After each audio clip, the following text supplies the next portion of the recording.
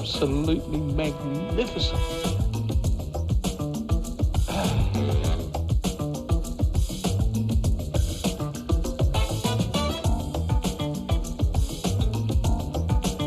If it's as good as this, you'll be doing well.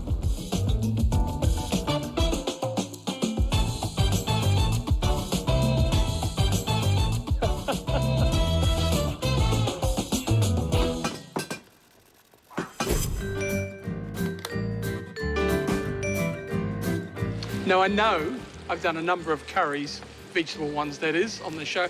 This isn't really a curry. This has sort of got a curried sauce, but it's really more about the veggies because there's lots of them. And I've just started, just before you arrived, with one red onion cut into wedges and a couple of cloves of garlic. And I've sautéed that until it's got a little bit of colour. And now I'm adding some hard veggies, which are some carrots, swede, and what else have I got? Carrots, swede, sweet potato.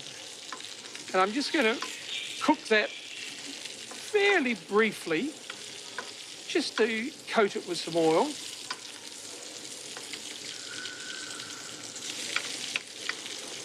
Don't mind if I get a bit of colour into the garlic, that's all right.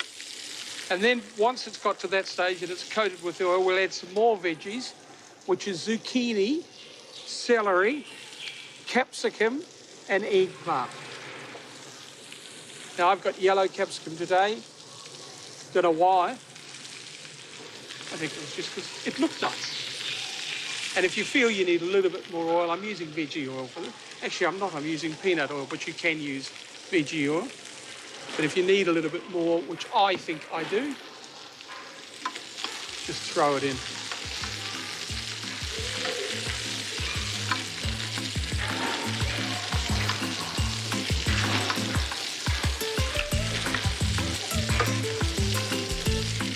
Just toss them around just to get it all mixed up. And as I said, once again, start the cooking process and coat the lot with oil. And then what we think about is we think about some spices. First of all, I've got a cinnamon stick, and we'll just break that up into a couple of pieces. A couple of chilies, seeded and finely sliced. And what I've got here is I've got 3 whole cloves, which I'll throw in. I've got some grated fresh ginger, and I've got some cardamom pods, which need to be smashed. You always smash cardamom pods very lightly, because otherwise they don't give any flavour, because they're rock hard, and the centre is what you need to give the flavour to it. So you just grab it like that, just like that. See, smash, see, you can see the centre coming out. Yep. Good on you. I knew you could. To that we then add a good teaspoon of garam masala, a good teaspoon of cumin, ground that is, and a good teaspoon of turmeric. Now the idea here is now we need to toast those spices. So let's just mix that well.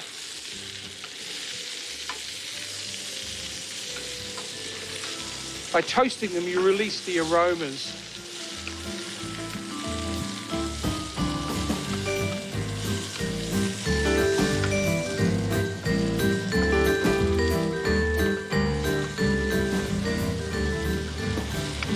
You don't have to do it for very long, you know, just a few seconds, but make sure that they come in contact with the wok, of course.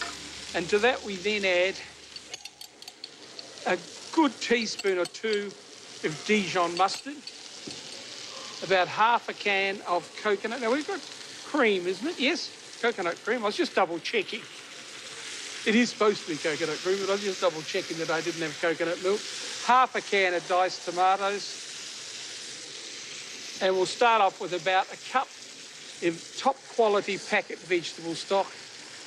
And we can always add some more stock afterwards. And we'll just grab some salt as well. And let's just mix that in. And what I'm now going to do is turn it down because it's bubbling away at 100 miles an hour. And we're going to cook that gently, or reasonably gently anyway, until those veggies are very tender. Now, if it dries out, add a little bit more stock. You don't need any more coconut cream. You certainly don't need any more tomato. That's just to add some flavour, just some more stock. All right? I reckon that'll take us about 20 to 30 minutes. We've got a couple of other things to add because, as I said, we're making vegetables with a curry sauce as opposed to a vegetable curry. Do you know the difference? I don't. Oh, yes, of course I do. What it is the vegetables are the star of the show. The curry sauce complements the vegetables. Whereas when you make a vegetable curry, the curry is the star of the show and the vegetables are just part of it. Yeah, that wasn't a bad description. I'm doing all right. Anyway, we'll be back in a second and finish it off. Of course, I'm biased as heck, but I reckon this is looking pretty good. I'm just going to add some frozen peas in there. Maybe I should have thawed them. I'm sure they thaw pretty quickly in there. And also a good handful of baby spinach,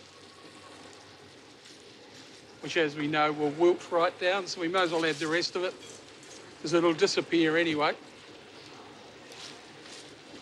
When I say disappear, I don't mean literally, I mean that it just melts down, doesn't it? You start off with a 3 ton of it, you end up with a little... I think that's a slight exaggeration.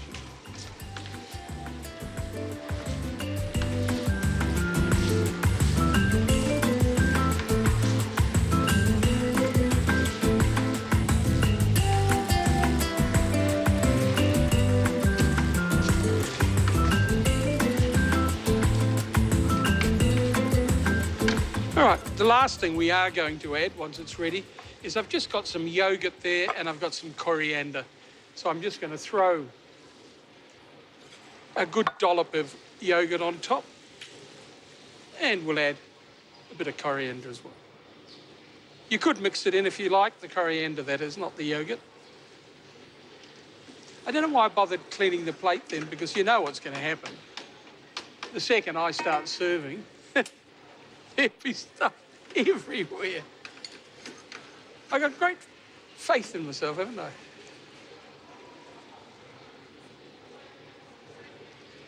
See?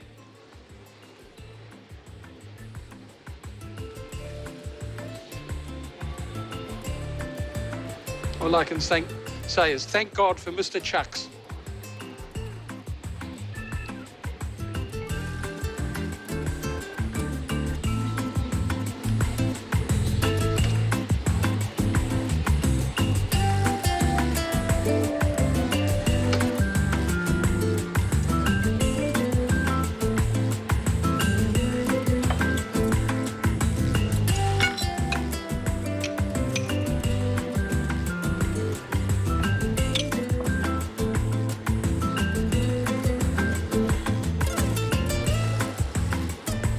There we go, guys.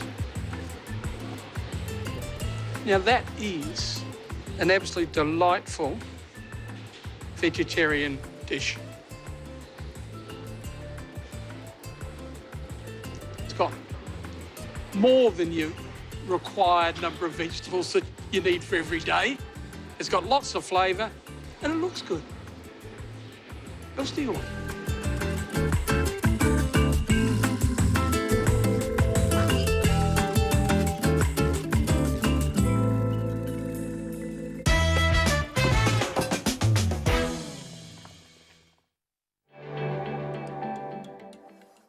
Your time starts now. It has to be beautiful from the Here to Lax premieres Sunday 8:30 on Showcase.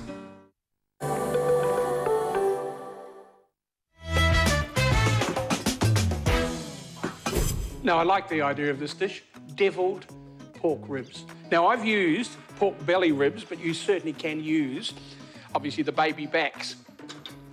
But for some reason, I wanted a bit more meat on them, so I've used the pork belly. All right, so just in a big tray, this is the first thing we do.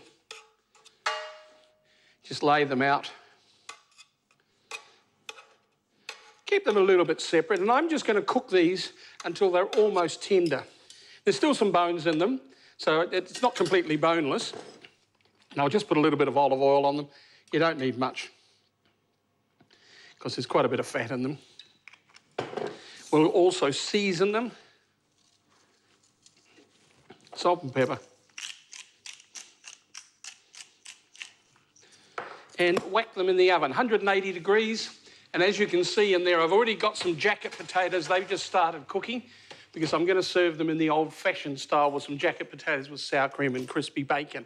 But I'll just make the mixture, the deviled mixture that I'm going to put on top, so you know what I'm doing, because I'm going to cook those until they're fairly tender, and then I'm going to come back and put a deviled mix on top. 6 tablespoons of cream, but the sambal, 2 tablespoons of that, or any chilli paste. You could use harissa or anything like that, but I think sambal works really well in this one. And then about 4 tablespoons of good Dijon mustard. As I said, I'm guessing. So 5 generous teaspoons. And we just mix that up. We've got the pork ribs in there until they're tender. You know, that'll take up to an hour. And then we're going to smear this over generously all over the top, this mixture of cream, chilli paste and mustard. And then we're going to sprinkle some panko crumbs over the top. And we're going to then mask it with melted butter, which just means just cover it with melted butter so it doesn't burn, and serve it with some jacket potatoes. But we'll come back and have a look at it a little bit later. All right?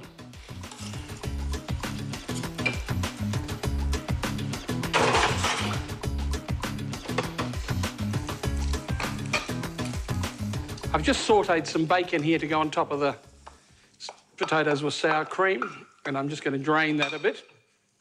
Now, because you've got pork, maybe you could leave the bacon off if you wanted to. And I've just drained any excess fat off that. And my potatoes are sitting there and my sour cream's sitting there. So we're sort of in business.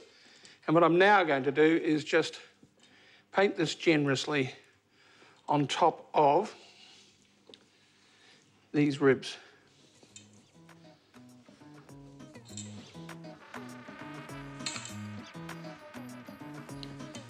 I want a generous amount because this is what's giving it the devilled flavour, isn't it?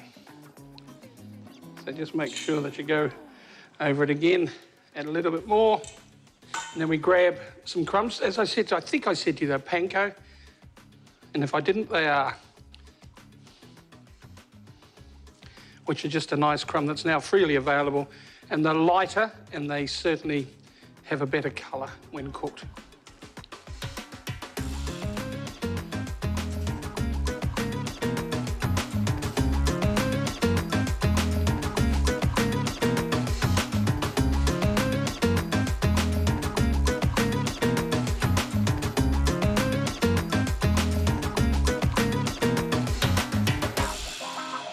Coat them well, and then, as I said, we'll just mask them with some melted butter just to stop that crumb from browning, or burning, I suppose the word. Not, we're quite happy at browning, it's just we don't want it to burn, do we?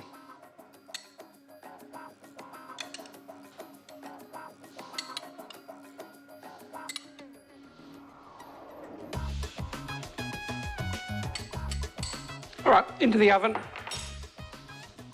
Still at the same temperature. Actually, I turned it down a little because I thought it was cooking a bit fast. So it's down to about 150 or 160. And I'll just cook that until it's brown. And as I said, I've got my potatoes ready. I've got my sour cream, I've got my bacon. We're in business. Nice devilled spare ribs with a jacket potato. We all love jacket potatoes, don't we? They've sort of got out of fashion a bit, but we do love them. Well, I do.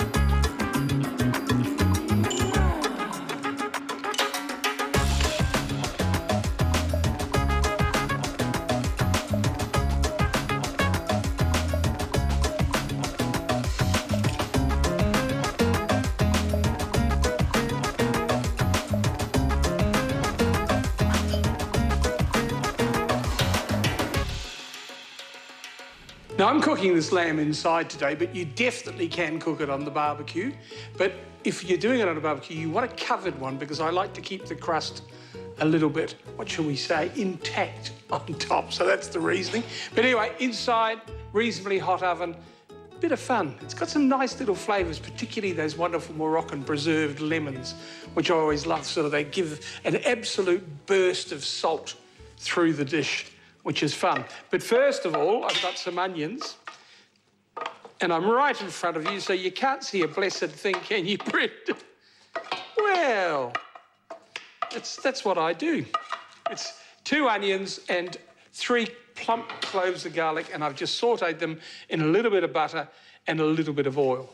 And to that, I'm then going to add, about 3 tablespoons of chopped Italian parsley, about 3/4 of a cup of panko crumbs, 2 or 3 really good tablespoons of capers, which I have chopped. I've drained them really well. I've rinsed them and then I've chopped them. Better get everything right, hadn't I? A good squeeze of fresh lemon juice. Just the juice of a half is plenty. And then some of this preserved lemon. Now, there's one thing with the preserved lemon. In certain stews and things, you can actually do the whole lot. But basically, for a dish like this, you cut out the flesh and you discard that, and then you just use the rind. Now, isn't that a funny thing to do? Completely opposite what you normally do. And that's got that lovely tang to it. And you can either slice it finely or you can dice it. My goodness, I got the whole lot in. Now, no salt, because there's a huge amount of salt in those lemons. A decent amount of pepper there. And we'll just grab a spoon and we'll just mix that up. Now, if you feel you need a little bit more olive oil, so be it. Or some melted butter. I reckon I'm pretty good, actually, because what I'm going to do now is I'm going to grab a tray and I'm going to put our butterflied leg of lamb. Just ask your butcher to do that. And don't ask for a boned leg of lamb, ask for a butterflied. And the difference being the butterflied one, he evens it out for you, so it's pretty much an even thickness. Whereas the boned, he just bones it and it's all different. Did you understand that? Hope so. I hope so. And then we're just going to put this nice crust on top and we're going to press it in. So it's going to give some lovely flavours on this lamb, isn't it? So just press it. Doesn't matter if a little bit falls over the side, but you don't want the whole lot to go, do you? And I'll just grab my chucks again, making a right mess. A little bit of white wine in the bottom. And a little bit of chicken stock. And as it dries out, we'll add a little bit more chicken stock.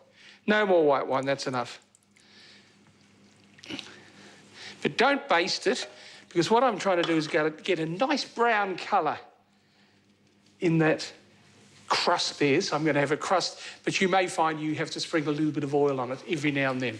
And into your oven, 180 degrees fan forced, fairly high up, and we'll cook that, I would say, for about 35 minutes until that lamb is still lovely and pink. Now, the best way to do it, just get a little sharp knife, just like one of these ones, little sharp knife, make a cut in it and have a look. Pretty simple, pretty easy. Get the butcher to do all the work for you and then just throw a few things together, put the crust on top, put it in your oven, cook it for 35 or 40 minutes.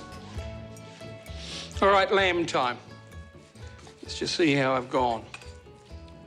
Ooh, lovely. Now, cut it as thick or as thin as you like. That's up to you guys. I know some people who like it paper thin. Not for me. I like a bit of bite to it, a bit of chunk.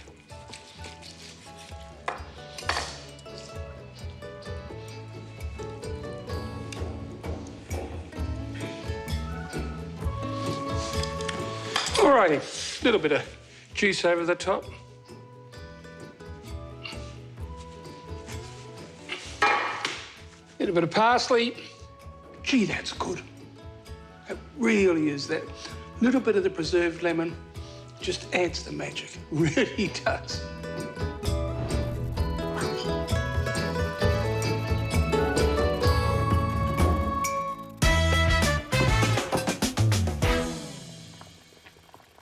All right, guys, it's time to go. It's that time again. Anyway, just before I go, a quote from that very funny man, W.C. Fields.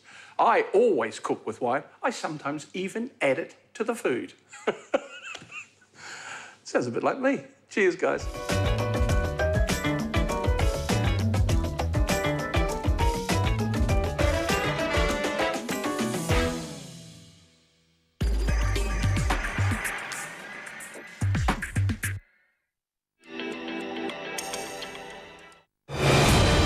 We'll be running the longest, heaviest train we've ever run. It'll be a massive challenge to us to get over the mountains. Your train does talk to you.